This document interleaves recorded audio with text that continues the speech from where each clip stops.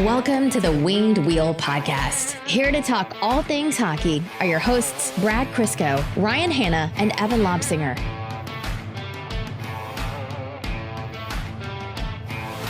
Hello and welcome to this special little bonus episode of the Winged Wheel Podcast. I am one of your hosts, Ryan Hanna. And I say special little episode, I think it's still probably going to total about an hour.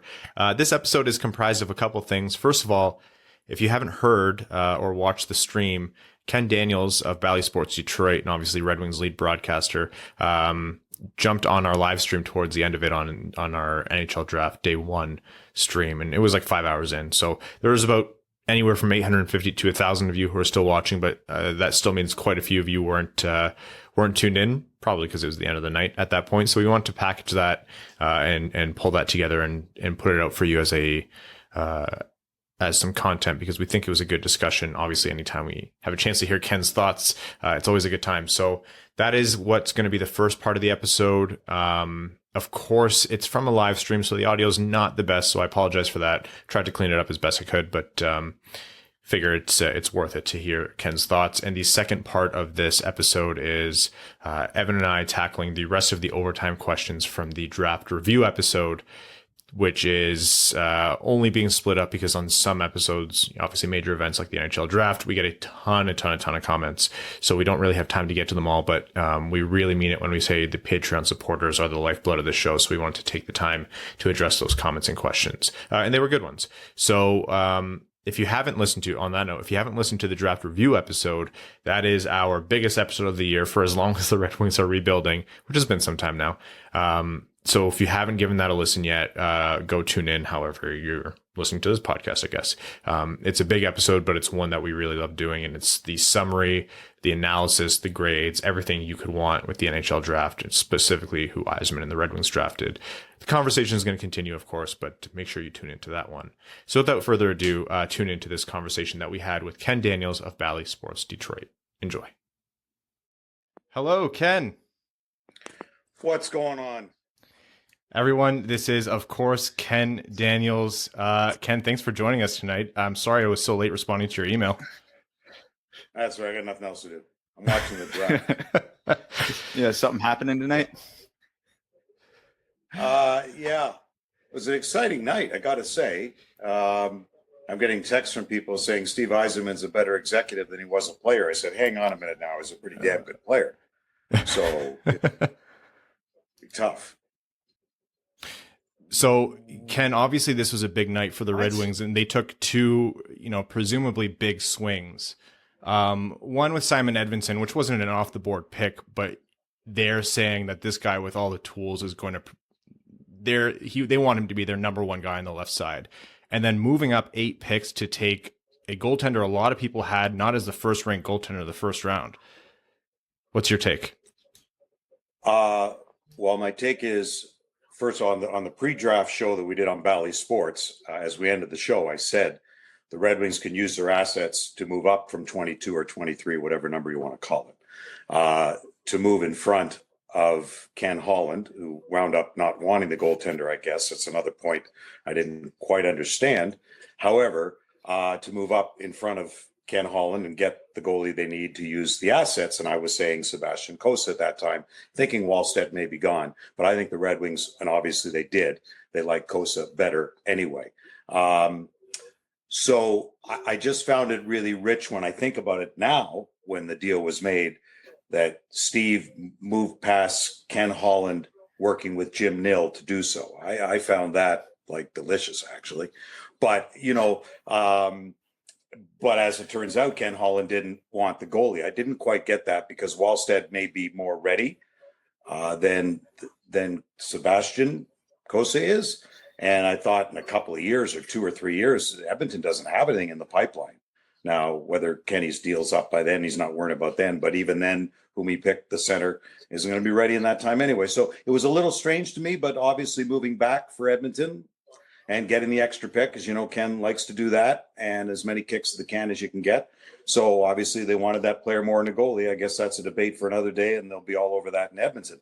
But certainly on the back end in Edmonton, I think they got a horse back there. A horse now with Edmonton, you could call him Mr. Ed actually. And you guys are too young to know about Mr. Ed, the talking horse back in the black and white days.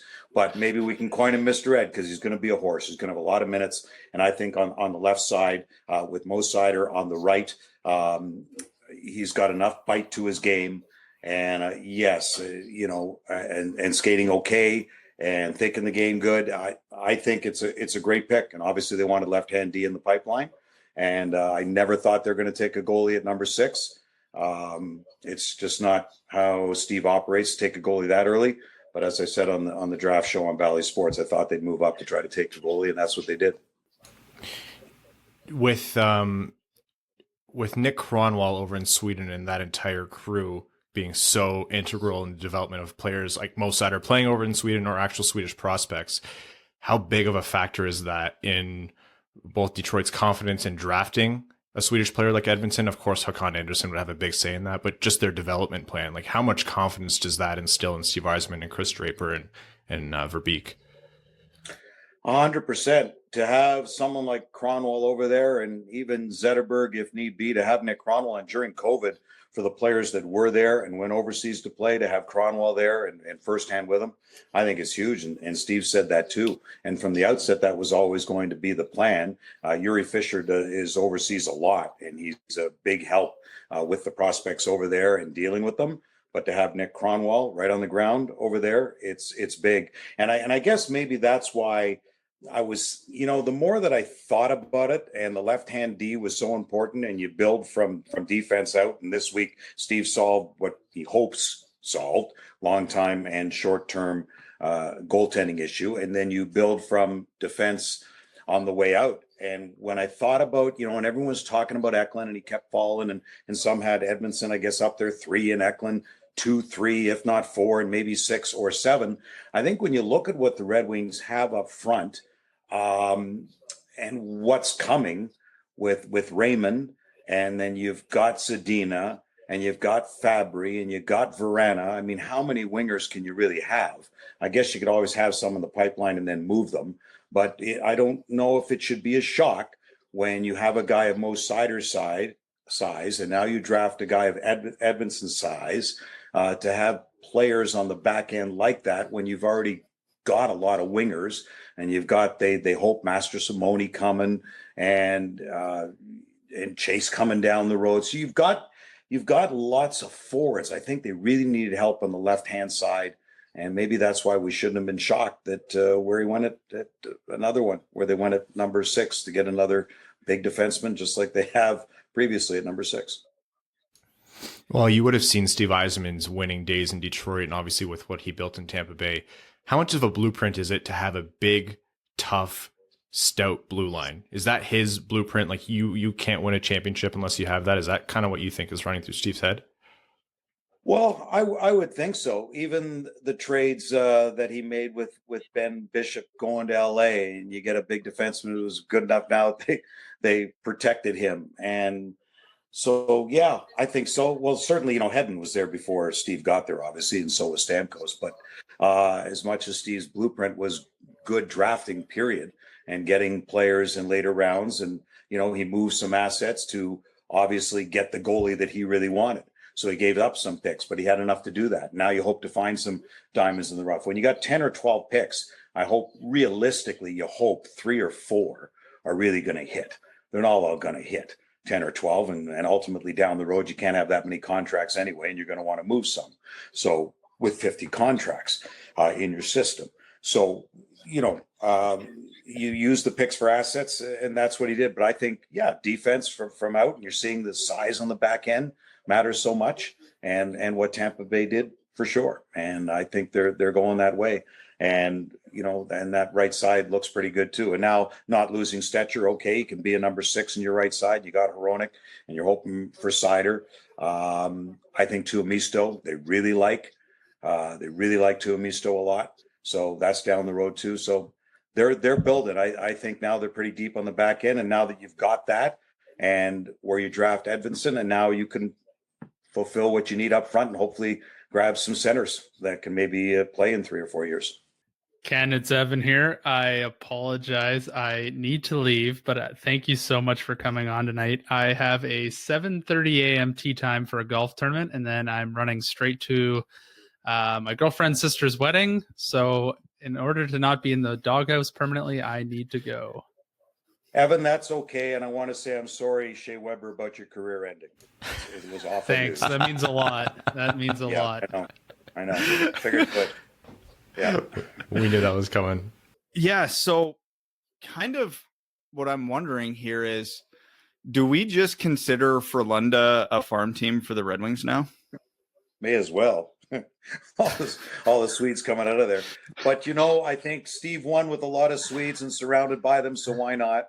And I think when they took Henrik Zetterberg years ago and he was too small at the time, all that. But my goodness, when you got Hawk and Anderson over there, you gotta believe, right? And obviously they took a guy that he probably would have liked, I would think, and Steve would have seen more than enough of, and with Nick Cronwall and Chris Draper. And congrats to Drapes. I mean, maybe the general manager is, we heard Jeff Gorton talking about that the first pick is normally the general managers, and you think it would be Steve, and that's the mark that you make at number 6, with obviously a lot of input like he had with Al Murray in Tampa Bay and what he has here with Chris Draper. But they're talented players, and you take the best player available in their mind. I think when they took Edmondson at 6, I think they think he has the most upside of a player who is still available there, which means that they felt he had more upside than a guy like William Eklund, just more upside. And, Steve had said, you don't necessarily draft for position, you pick the best player available. And I think when you're talking about the best player available, you're also talking about the most upside. And we all know how hard it is to project. That's why these scouts amazing when you do hit. And that's why you can be wrong so often. You're talking about 18-year-old kids, and you just see enough of them over time, and then comparison on what others have done. And you're thinking, okay, that can relate to that.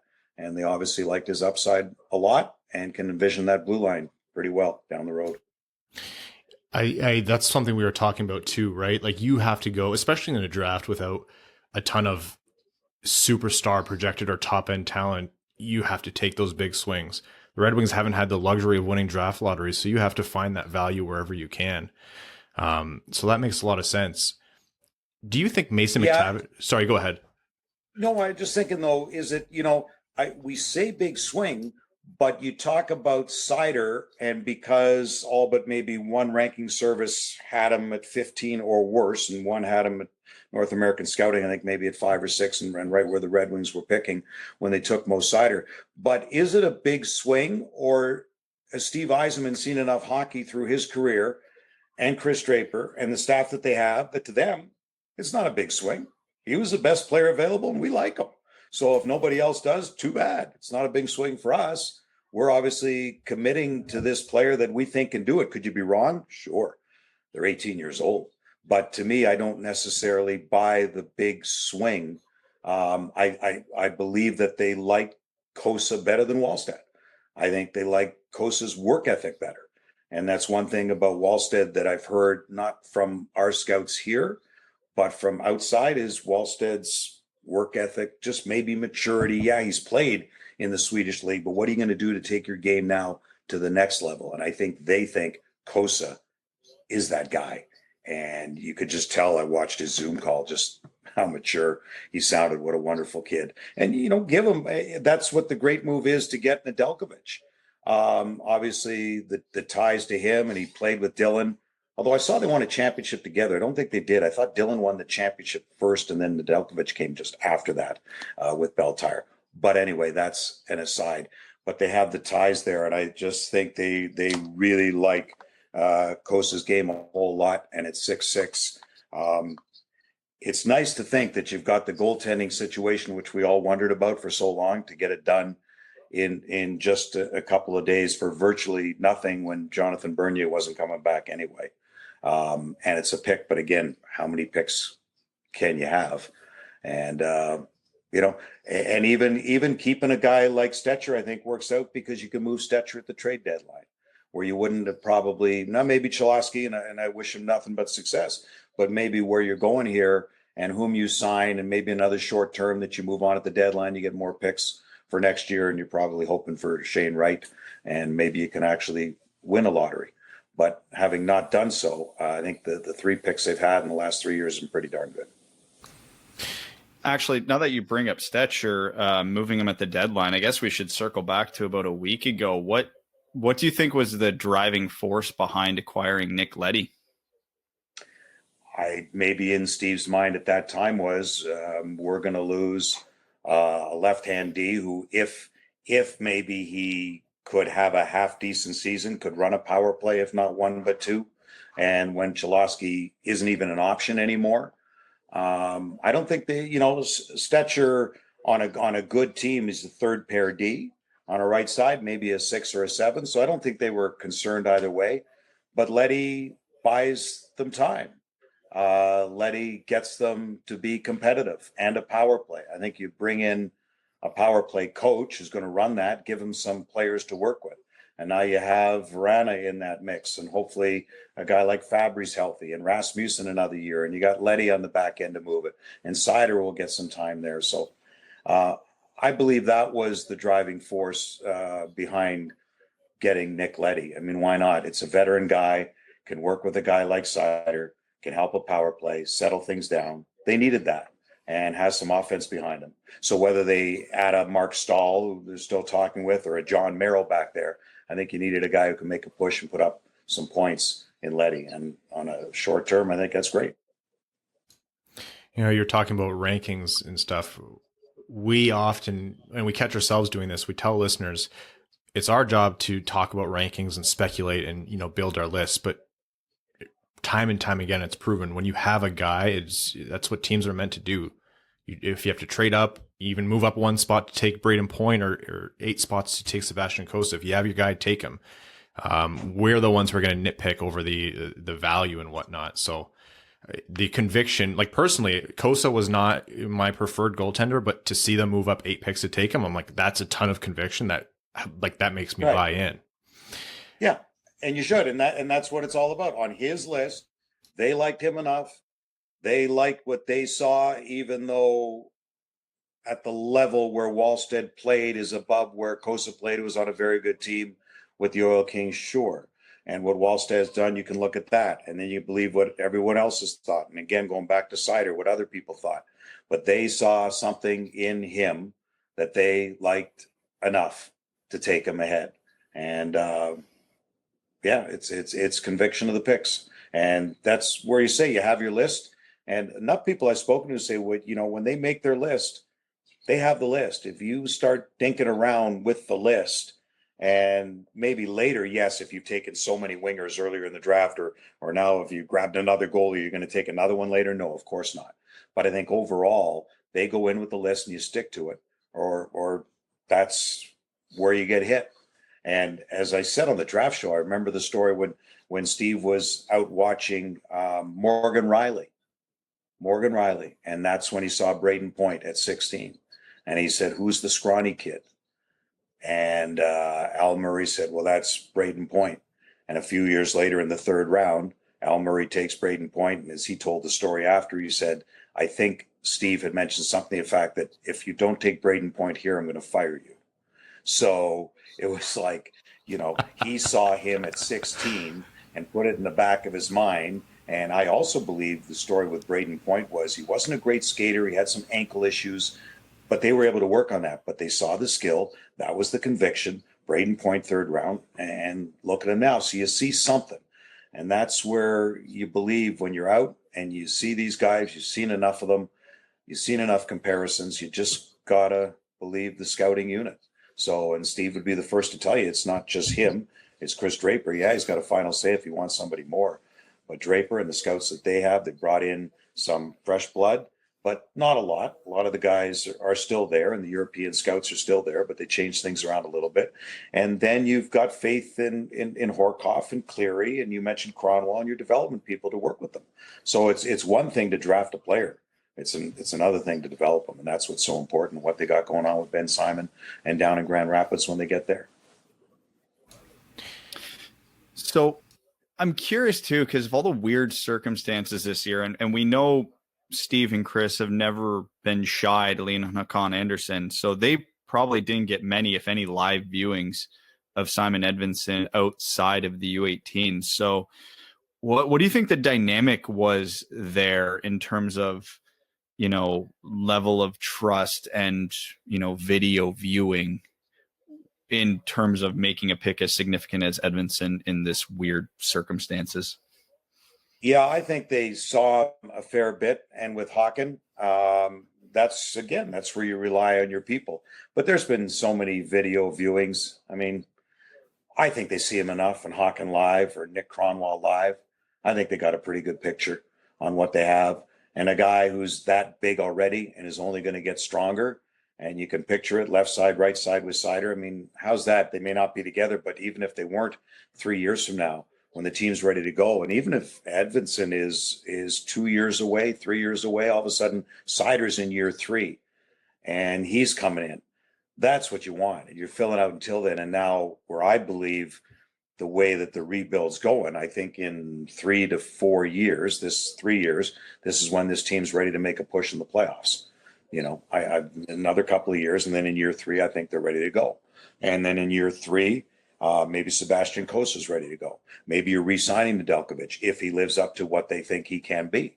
And if not in year 3, maybe you're buying another short-term goalie until you hope Cosa hits. So now it's just 2 more guys, 2 kicks at the can, that before this week you had no kicks at the can. They had nobody. Petrozelli's not going to be re-signed. They got, I don't know what Bednash is going to be. I don't know. They didn't have it. So they solidified that. And now they can worry about the rest. I think their defense is pretty good. A guy like Jonathan Berggren up front, I think the feeling for him is they just need to get him playing more on the inside. He can be, not that he can't compete, I'm not saying that, but more and around and around. Remember Dylan Larkin his first year, until he learned what it took to come to the inside and his speed, and he was beating everybody outside until they all learned that Dylan Larkin would go on the outside. Like that Nyquist goal in Ottawa when he went for 28 seconds around the outside. And Yep.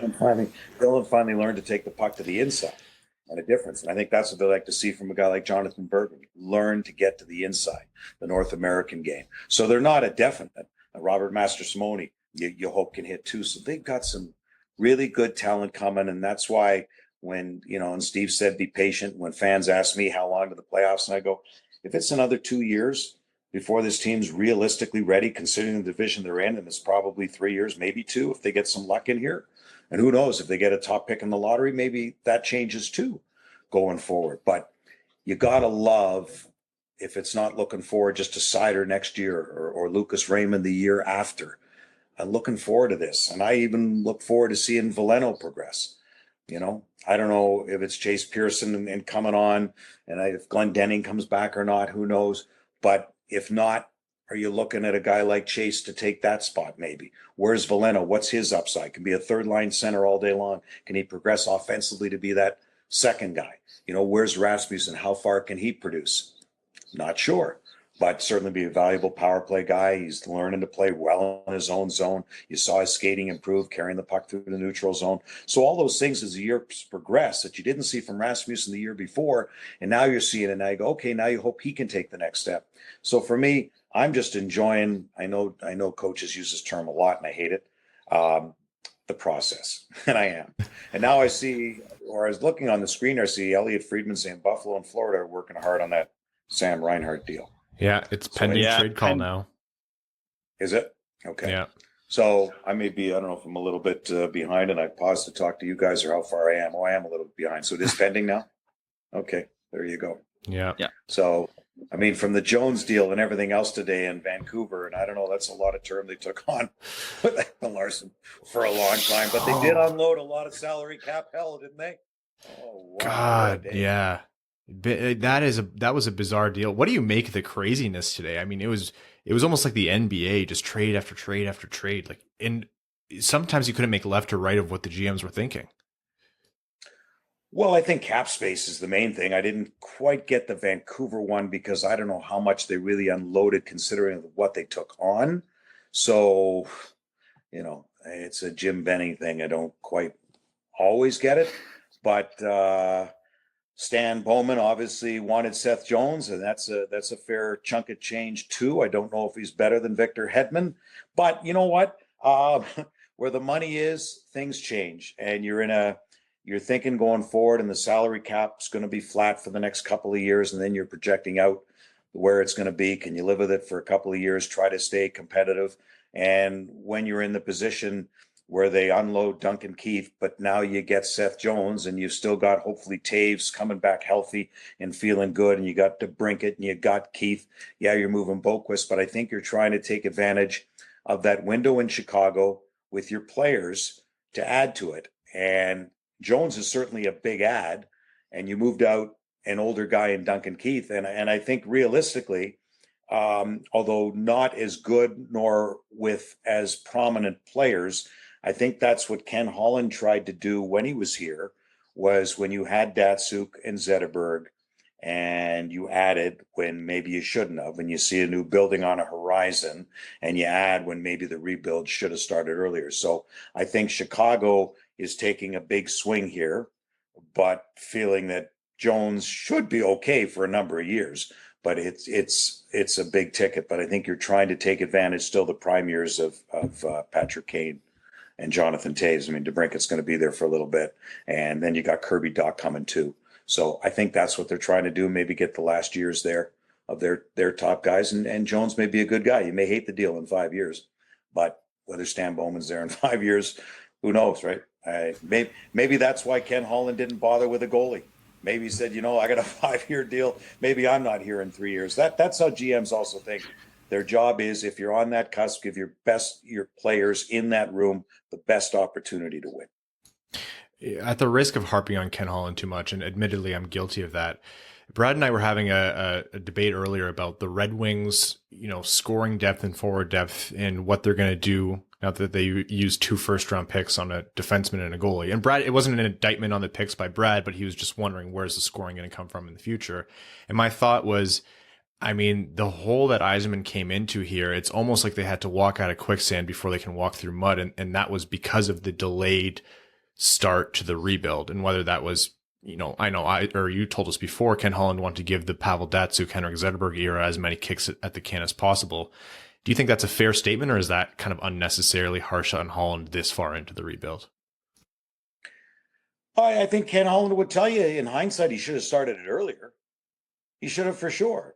In hindsight, I'm sure he probably shouldn't have unloaded Datsuk's contract, not take Jacob Chikrin and take Cholowski. But again, he thought Nielsen at the time, and unload Pavel's contract, give it to him, and keep working it to try to be competitive and keep the streak going. Well, in hindsight, should he have done it? No, probably not. I think maybe could he have lived with Pavel's contract and eat it for one more year? Probably could have. Made a move somewhere else. I can't remember what was going on at the time with Franzen on there and other things, thinking back to it. But he was trying to give those guys the opportunity. So it should have started earlier.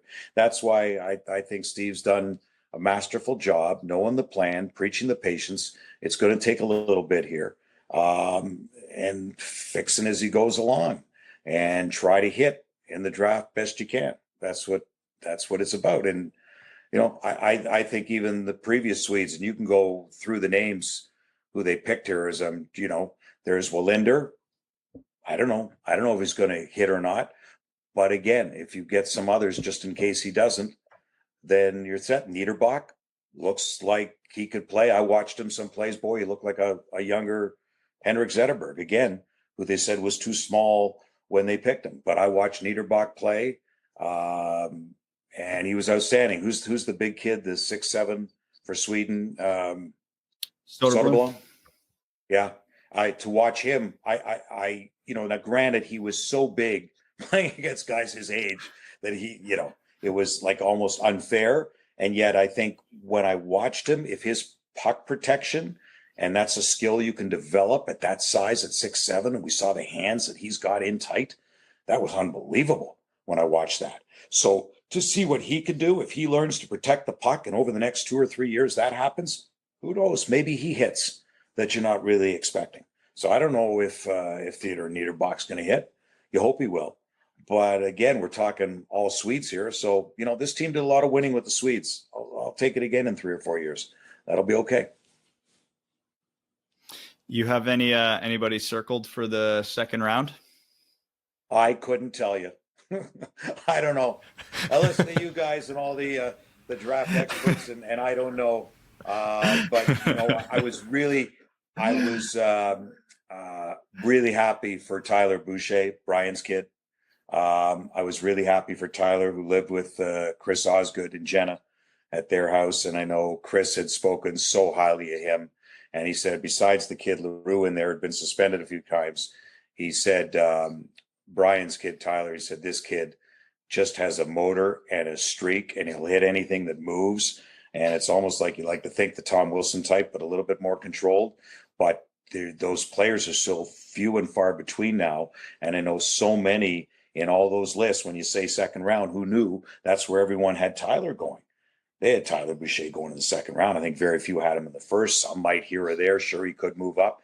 So I have no idea, but I was really happy for him because I remember doing a game for NBC at Little Caesars Arena. It was Detroit and Philadelphia I did with Brian Boucher. And he wasn't between the glass. He was up with me in the gondola at Little Caesars calling the game. And I remember watching during the game, and you guys are so important to us at the Jamie Daniels Foundation. And I was watching Brian watch Tyler, and I'm not sure where he was playing now. I can't remember.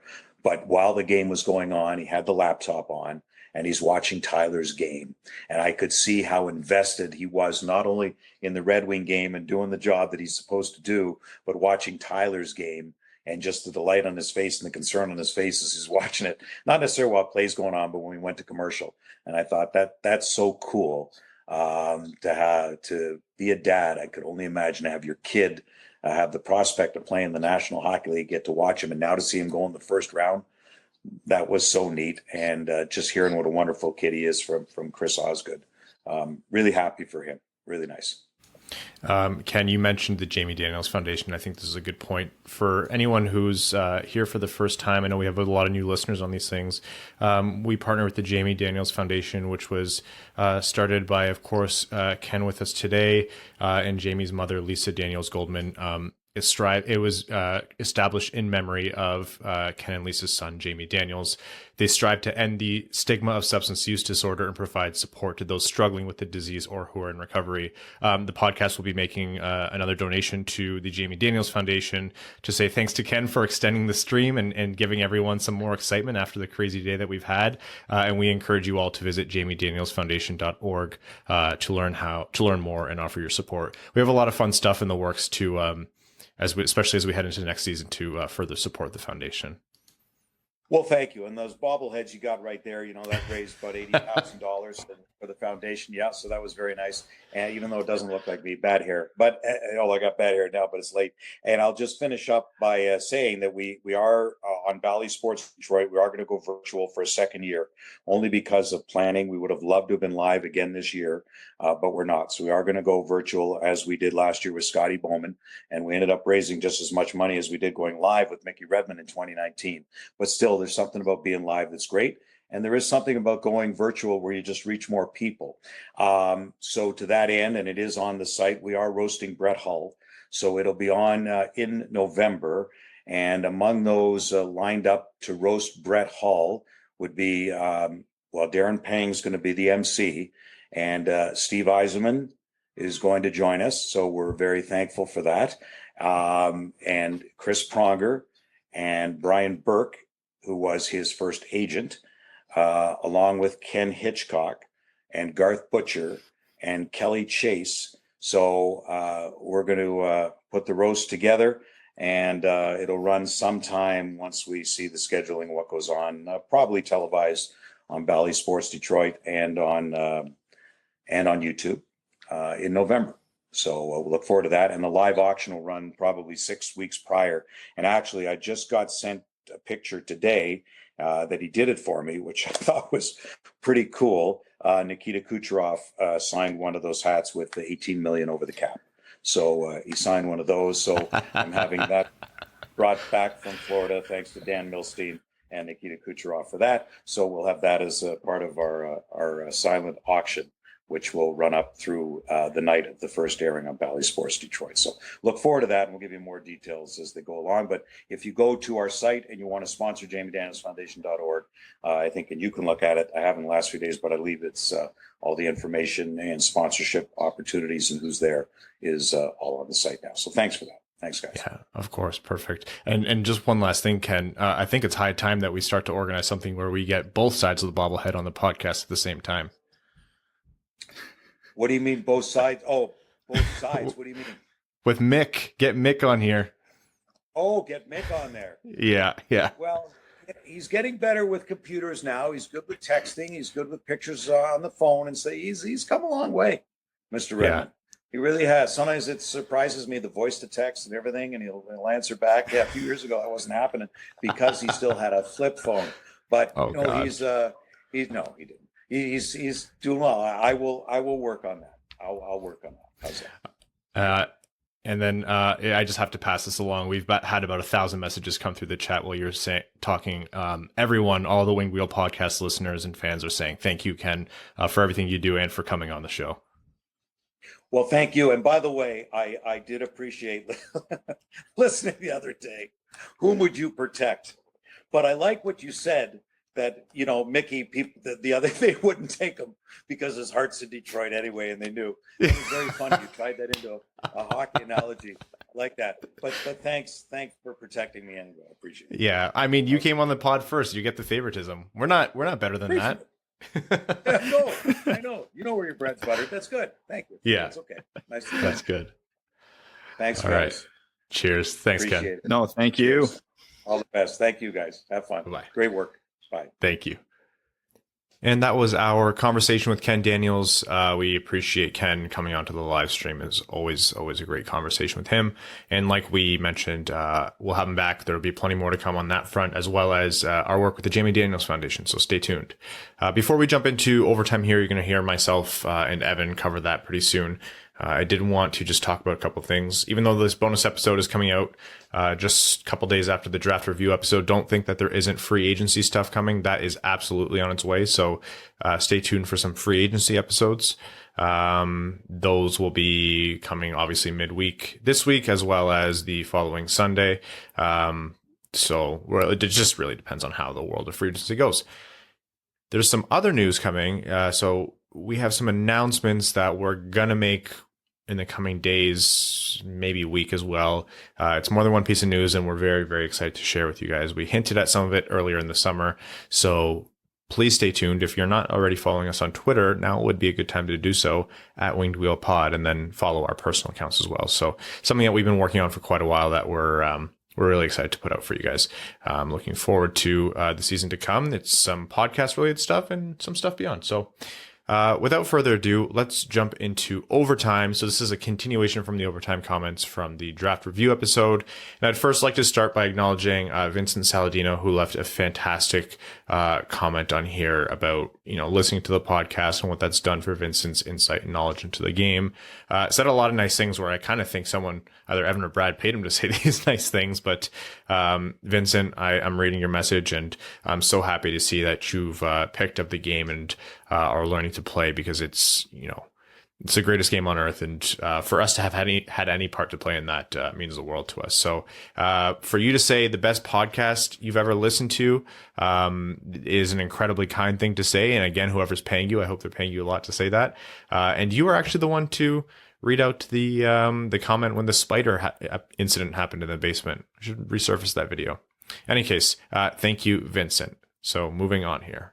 From Darren Helm, Stan Club says, greetings from the city, most recently dubbed champions. Game 6 in a parade in Milwaukee was easily one of the greatest experiences ever. Can't wait for the day I attend one with more red on in Detroit. One, who's the most comparable player to Giannis Antetokounmpo in the NHL as far as humility, loyalty, athleticism, and talent? Ooh, humility. Definitely Nikita Kucherov. Maybe not right now, like not same phase of the career, but I always found Carey Price, like he had an edge to his game, but I thought he was always very well-spoken and kind of humble in public. I'm not sure though if there's any comparable players that jump out to you. No, Carey Price definitely would be the one. He always gives very pointed answers, and you can tell he's definitely thought it out before it comes out of his mouth. Something I should learn to do better. And then goes to talk about the Mayu situation, which we addressed a little bit more in the draft review episode. On a lighter note, there's a player who idolizes the elite one. Can't wait to see him in the league. Clearly, he's got high IQ. Thanks for the draft coverage. It was outstanding. Jake Nagy says, you guys rock. You've helped keep Wings fans going through some tough seasons and make draft season a blast every year. If you could switch any Detroit first-round pick from 2018 to 2021 and choose a player picked after our selection instead of who we actually drafted, who would you choose to switch and why? Ooh, I feel like 2018 might be the answer here. Let me pull up that page. Yeah, I mean, Philip Zadina at 6. I still love Philip Zadina as a player, but Quinn Hughes has turned out to be one of the best players in that draft, and I think that's the only answer, really, that you can go with for now. Jake Kiefer says, what are your takes on if the NHL allowed each team one contract that didn't go against the cap, like a superstar clause? This would allow teams to keep their stars around without worry about free agency. Yeah, so the MLS has that. What the heck did they call them? What the hell do they call those guys? I can't remember what they're called. But yeah, they don't count against the cap, so you can pay them whatever. That's what gets guys like Wayne Rooney, Thierry Henry to come over, because they'll just get like $6 million contracts, although that means some guys on your team are making like $150K, so that's a little strange, but it's a good way to get some superstars in the league. Obviously, the NHL does not have that problem. But yeah, I would like it. I think it would create some interesting scenarios, and I think it would allow teams to become competitive, or at least pivot a little bit quicker. Like Red Wings could offer Jack Eichel. Well, if Jack Eichel, let's say it's only for UFAs. Let's say they could get Alexander Ovechkin. Like that would clearly help them quickly turn it around. It could also help some teams that have got good cap room sign a guy to a superstar deal for 1 year just to make that final cup push before they have to blow it all up, or they have to sign guys to longer term contracts. I think it would be cool. I'm sure there's some negative consequences I haven't thought about, and smarter people, GMs, owners would see immediately. But in theory, as a fan, I think that would be a cool idea. Designated player, I think, is that's it. Yeah. Jeremy Dahl says, hey guys, thanks for all the coverage. I knew what was going on, because it allowed me to know what was going on. Things were a lot more exciting. Super nervous that Columbus was going to take Eklund. Then he fell to us. Then we didn't take him. So I went to watch the stream expecting Brad to be pissed, but he was pretty relaxed on that. So do you guys think this was not a huge blunder? We addressed this in the draft review episode. There's no such thing as a blunder really in that range. Like things were so in tight. Like Brad had his preference, Evan had his preference, I had my preference, Yzerman had his preference. Like when it's that close, how can anyone sit and say it's definitely wrong? You know, we're talking about the top 10 picks, right? Yeah, we're talking Edvinson, as opposed to Eklund or 2 to maybe the 3 to 10 was so interchangeable amongst everybody. Like it's no blunder. It's people are making picks based on guys who they think are their guy. And then mentions a bit about Montreal and Chicago. Says, I hope Detroit doesn't have a history of that kind of shady stuff. I don't love supporting that kind of nonsense, but I do love supporting you guys. You're the best and you deserve all the support you do get. Thanks a bunch for all the content and coverage. Thank you so much, Jeremy. Arjun Shankar aptly says Ken Daniels is the best. We tend to agree. Mr. My Socks says, what's up, my dudes? From Emperor Evan's request, I have updated my name. Amazing draft content on both days. So cool to have Ken on the stream. How many more Stevie specials do you guys think we'll get before the season starts? We had the Stahl signing. At the time of recording this, he signed Lindstrom. Svechnikov wasn't qualified. I'm not going to rule anything out. I think maybe there's a chance of a trade. Maybe there's a chance, with all the players like Andre Kasha, Pia Suter becoming free agents, those things might happen. But for the most part, I think we're going to see like low impact depth fill in of the roster, and with a lot of familiar players even. Yeah, I agree. Carter Mazer Stan Club says it's nice to see Stevie have the fortitude to address the true needs of the future by also selecting the heir apparent to the franchise's most elite player of all time and managing to find such a phenomenal player in the third round. Hopefully with better people running this franchise, we can get Carter Mazer more than one cup that poor Helmer won. Mike Hernelstein says, I was wanting Eklund, but I've come to the following conclusion. The defense is going to be tough to score against. The goalie of the future is in the system. Do they need help at forward? Sure. But they can build from the net out, and there's some solid offensive players in the system. I'm personally very excited about this. Tony H says, just now returning to civilization after backcountry hiking in Yellowstone. Any major hockey news that I missed? Staying in Jackson Hole for a night before heading out for more backpacking in the Tetons for 5 more days. I can't possibly miss any more major hockey news, right? Well, Jackson Hole's fake, but yeah, you're gonna miss a ton. So it's the Tetons, but you're close, Ryan. Yeah, okay, the Tetons. Peter Grobel says, how do you think this year's offseason affects next year, specifically our lottery chances? Who do you think the Red Wings should sign in free agency to fill in at left D? My guess is the lineup looks like Letty, free agent, Roenick, Seider, Stahl, Stetcher. Keep up the great work. This is one of the best podcasts out there. I talked about this a bit on Twitter. I think Yzerman's going to be careful to make this team not completely garbage, right? Like he recognizes the impact of losing on young players and can't put them through that without any kind of cover. He wants to keep them a little bit competitive, but I don't think he's going to go out and artificially make this a playoff team. I think we're looking at one more lottery year at least. Yeah, it's about, making small progressive improvement, building out the draft while also improving your current roster slowly, because you don't want to burn the candle too quick and you overshoot the window. You want to build a team slowly so that when you are competitive, you're competitive for a long time rather than just one short burst. And to be completely honest, the Atlantic is going to be absolutely crazy, and it's going to be incredibly difficult to win for the next little bit. So I'm completely okay with Detroit taking their time, because you do not want to be in the proverbial window when 4 other teams in your division also are. And I'm Devin, says Stove Iser plan. That is all. Stevie Langerman says Ned Seabass. Seabass? Do they call Sebastian Seabass? Sebas? I don't know. Simon Insider on the blue line. Wow, is anyone else still freaking out after watching Stevie just make power moves and showing those GMs who's boss? What a draft, boys. I'm still coming down from the adrenaline rush, and you guys absolutely killed it on the stream/Zoom hang. Love it all. No questions, just need to enjoy being positive about this team. Thanks again, boys, and let's effing go Red Wings. Woo! He gave a woo. And then he asked me to say the woo with a little bit of conviction. That's as much as I can do without scaring my dog. Zach Handyside says the night of the 2021 draft is the night I can finally say I joined the Dub family. It's about time. Your out of nowhere interview with Ken finally made me jump head first. I was stoked when I heard him come on the live stream. You've probably seen me lurking around for a while. I've been listening since the first round exit against Tampa in 2016 and haven't looked back.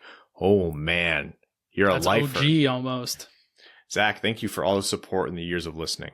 This is my way of telling y'all thanks for making me a smarter hockey fan. This is because of the incredible knowledge of prospects and general knowledge from around the league your show provides. Also, the connections you've made with guests to the show has pointed me in the direction of smarter reporting and articles. Here's to how far you've come into the future ahead. Cheers. What an incredibly kind comment. That's too nice. We don't deserve it. No, we don't. I'm sure I'm going to stub my toe when I get up from this chair now. Kyle Karagitz says, hey, I've been listening for years. Drunk me talks a lot. Sorry to everyone who had to deal with that last night in the call. Looking forward to finally participating. Love the show and the boys. Appreciate it, Kyle. And no, we had fun on the call. I like the day 2 Patreon call. Teej says, hey guys, I was drunk from Friday night to now, so thanks for doing a recap of the draft. Bachelor parties in Nashville are insane. What a time. Joe Falzone says, do you think stylistically it's more accurate to think of Edvinsson in the Slavin style than the offensive guys some analysts miscast him as? I don't know if that's a perfect comparison. I think Edvinsson does have enough there where he can become, a quote unquote offensive guy, but not only an offensive guy, His range is so big, I struggle to pin him down to one NHL comparable. So maybe ask me again in a year. C-Nod says, I haven't commented in a while, but you all get to compete in one Summer Olympics and one Winter Olympics event. What do you choose? No hockey allowed. You guys have a great pod. I'm always excited to see a new episode. Cheers. Snowboarding event. I'll do the half pipe. Yeah, you would like the half pipe. Summer, I'm gonna honestly go table tennis. I'd get crushed, but it'd be fun. I'll do the 10-kilometer speed walking. I think speed skating would be cool. Yeah, that looks crazy hard. Your quads would look amazing, though. I know. Thank you. You're saying my quads would look amazing in those tights, right? Not that they would get big for. Yeah, appreciate it. The spirit of Harambe smiling down from heaven in a Darren Helm jersey says, kudos on making it through the entire second draft day, Brad and Ryan. Loved the Zoom format, getting to hear from the Dub community and the stories from Large. Such a great way to fill the endless dead air between picks. Regarding strategy, Stevie says he's picking best player available, whereas the leading fan theory is that he's favoring defense now as D-men take longer to develop. I think Steve's trying to build a dynasty by picking the biggest, highest ceiling players who will punish the opposition come playoff time, risk be damned. The theory being that picking a few superstars is the path, to multiple cups rather than a handful of merely solid players. What do you think? I don't think a lot of the picks are that risky.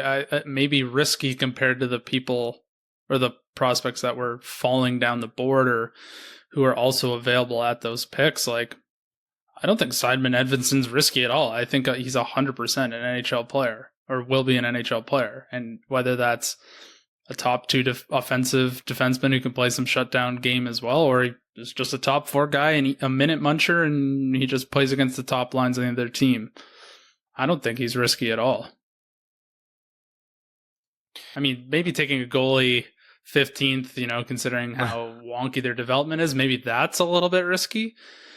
But I don't really think it is either. I think Kosa's got the athletic gifts and size and talent to be a for sure NHL goalie. Thomas Cooper says, hey guys, especially Evan, first time patron, long time listener. Thomas, thank you so much for the support. What player from the top 10 selected in this draft do you think will make the biggest impact in the NHL this coming season? Am I the only guy really wishing we would have had a chance at Ken Johnson? Watching the film, this guy's a stud. Thanks. I loved Ken Johnson, and I'm always disappointed to see players I want the Red Wings to select go before Detroit. So seeing McTavish and Johnson both go, I was huge on Johnson, as Evan likes that I say. Yeah, you were. Biggest impact next year? I don't know. Matty Beniers, maybe? Mason McTavish? McTavish was the one that sort of came to my mind first, because I think he can hang with the physicality of the NHL. Has Owen Power committed to going back to Michigan? I don't know. He's likely going back to Michigan, yeah. I think there isn't really one guy this year that I really think is super NHL ready. I mean, there's going to be lots of guys who get looks at camps. There's nobody I can really earmark to say, yeah, he'll 100% play valuable minutes this year. Jordan Palmer says, first off, thanks for all your work during the draft. Such good content. Wait, what's this guy's name? Jordan Palmer. One of my best friends has the same name, and it's definitely not him. Are you sure he wouldn't pay money to support the show? Absolutely not. Absolutely not. I gotta say, I have 3 fruit flies in this room, and they're flying around for the entire Nedeljkovic interview as well, and it's incredibly annoying because I don't even bring fruit in here. Anyways, if Shanahan was there for the torture of Babs and then rehired him in Toronto, are we missing something, or is he someone to keep at arm's length as well? Don't need a definitive answer, just your opinion.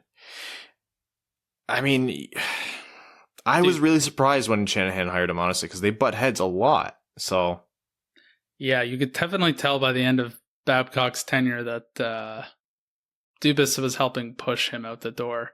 But people forget, like, this is a business.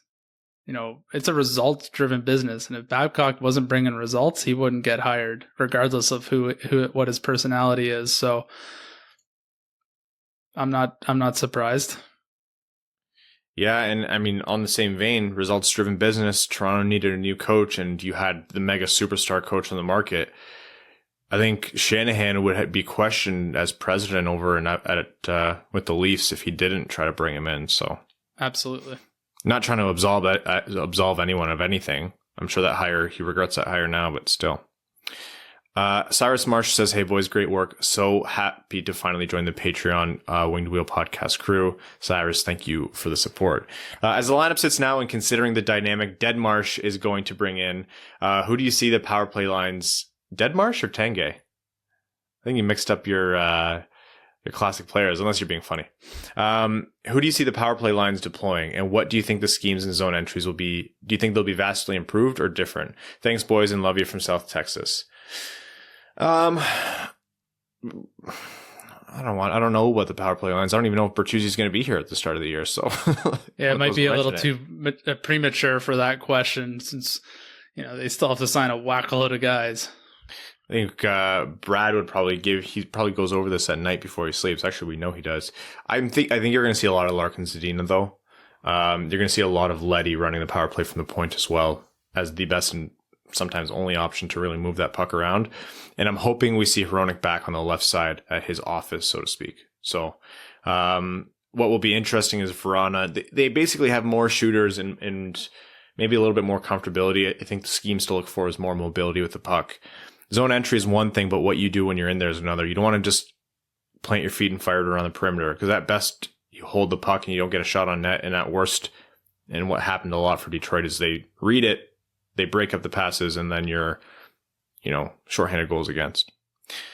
Stove Eiserman says, "Seriously, can't thank you guys enough for all the hard work and coverage from you guys this past week. Also seeing Ken jump on the live stream was awesome." Thank you so much, Stove. Matt Flat says, "With all the good prospects in the defensive pipeline, I can't help but think we improve our scoring by trading some of the defensemen harder to come by in return for solid forwards, or Stevie test free agency. Hard to see another option, not realistic to rely on the lottery gods." That's it. Yeah, when you have a surplus of one thing, you trade for the deficit of another. White woman, a white woman's Instagram. That's the name of the Patreon user here. Have you watched the Bo Burnham special?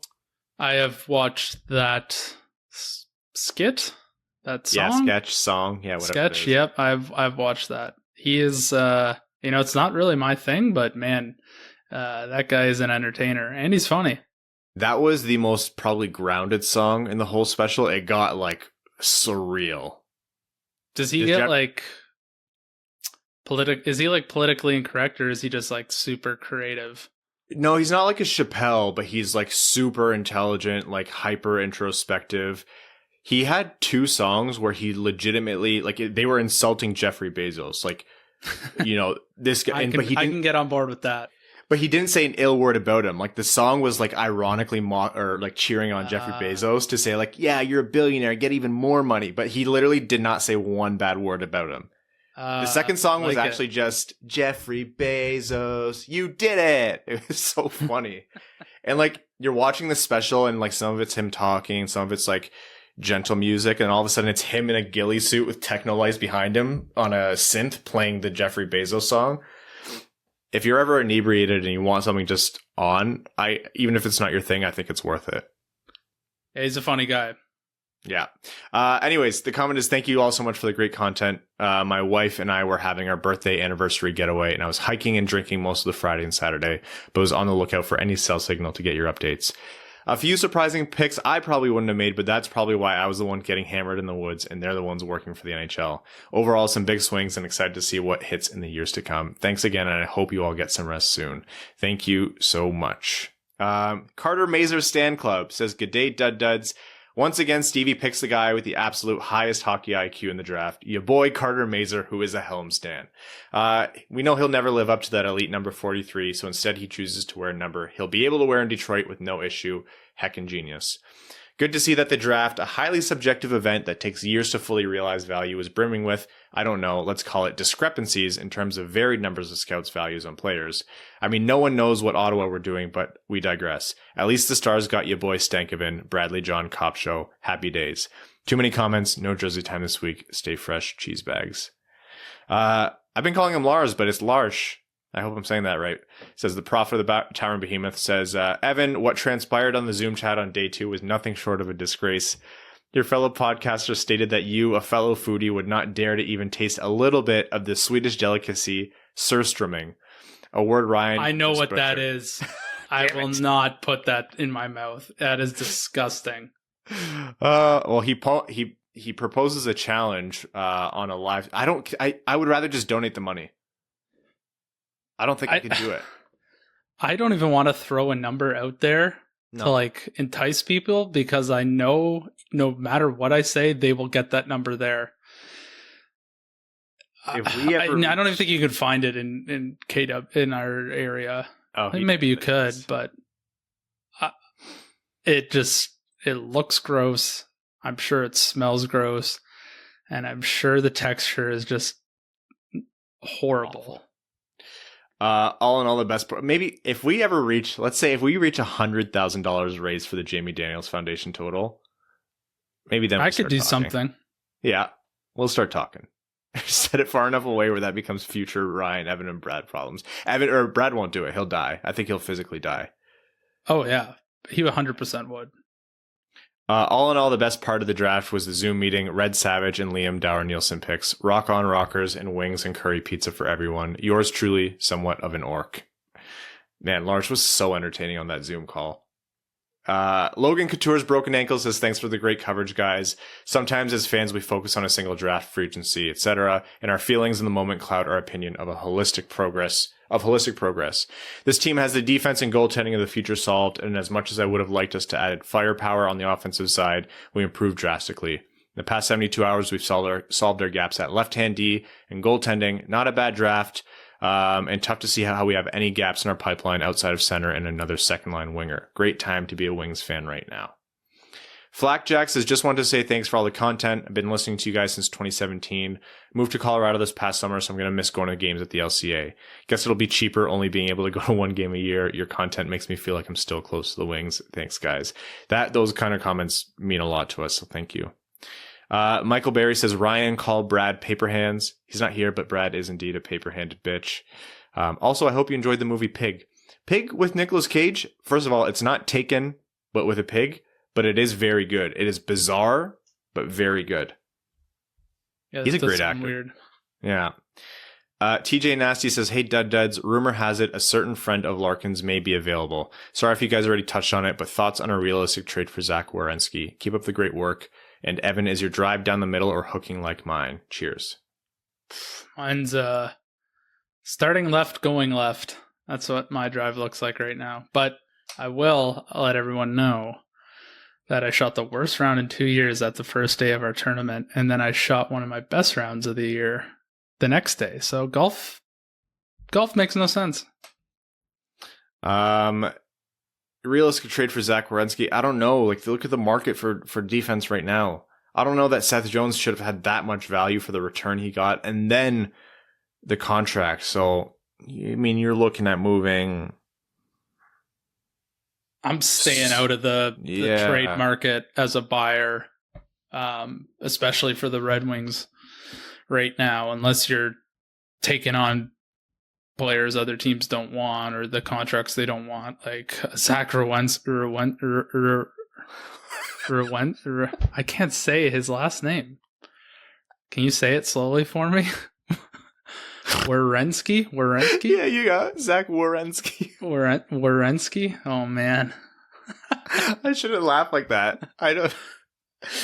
Oh, yeah. Man. He's going to covet a large asking price, and when he hits, he'll be an RFA, so that's not the end of the world, but when he reaches UFA status, he's getting paid, so I'm sticking away from guys like him for now. I need you to know. From Zach Werenski. I understand now why you don't let me and Brad into your life, because I am absolutely going to clip that and post it on Twitter. I don't care. You know I won't care, mainly because I probably won't see it. And no, those sorts of things don't bother me.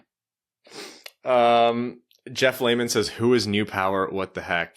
Wyatt New Power, the defenseman they signed. He played played with the Cleveland Monsters last year. I don't know. I'm pretty sure it's just like an AHL signing, really. Who knows? He might filter up and down based on injury, but I don't think there's a lot to speak of in terms of like a promising career. You might be looking at like a guy who fills in as a 6-7 role, depending on what happens in terms of waivers or injuries. But yeah, that's just one of those kind of more depth / minor league signings that you see. All right. That is the rest of the draft questions. Thank you all so much for your patience. I really appreciate everyone's understanding. Big episodes like that, we might have to split it up from time to time, but we'll attach it to bonus content like this to make it worth your while. So again, I'd like to thank all of our name level sponsors, Arjun Shankar, Yves Bartels on behalf of the Sarah Grand Foundation, Kyle Karagitz, Nick Perks, Brett Bailey, King Tone, Terry, driver of Crying Ryan Hanna's Banana Slam and Jamathon. Damn, it's the first time I messed that up in a while. Isaac J, Taylor Tadgel, Arjun Shankar, again, Brandon M, Citizen High Five, Craig Kibble, Cyrus Marsh, Derek Enstum, DJ Denton, Greech Honolly, Hassam Al-Qassem, Jacob Turner, Jake Kiefer, Jeremiah Dobo, Joe Santangelo, Justin and the Angry Mob, Kaylin Wood, Cody Stark, Kyle Hashman, Kyle McClure, Matt McKay, Matthew M. Rice, R.A., Ryan Hubbard, Scott Martin, Stacy Lynn, Zach Spring, Andrew Bohan, Sam Bankson, Adam I Wish I Could Finish Like Ernie, another former junior goalie turned golfer, Antonio Gracias, Colorado 14ers, Connor Leighton, currently out of name ideas, Dave W., Evans Bingo Card, Jeremy Brocker, Josh Yelton, Kevin McCracken, Quaz, Matt Keeler, Matt S., As Good As It Gets, The Spirit of Harambe Smiling Down from Heaven in a Darren Helm jersey, Trevor Pevovar, Vax Wax, and What the Hell's Ron Francis Smoking, and Zach Handyside. Thank you guys so much. We'll see you soon. Thanks for tuning in to the Winged Wheel Podcast. Be sure to check out wingedwheelpodcast.com, where you can subscribe to the show on iTunes, Spotify, or wherever you get your podcasts. You'll also find links to other ways to support the show, such as Patreon, official podcast apparel, and more. And don't forget to follow the show on Twitter at Winged Wheel Pod. And of course, the hosts at Brad Crisco, at Ryan Hanna WWP, and at Hockey Town Evan.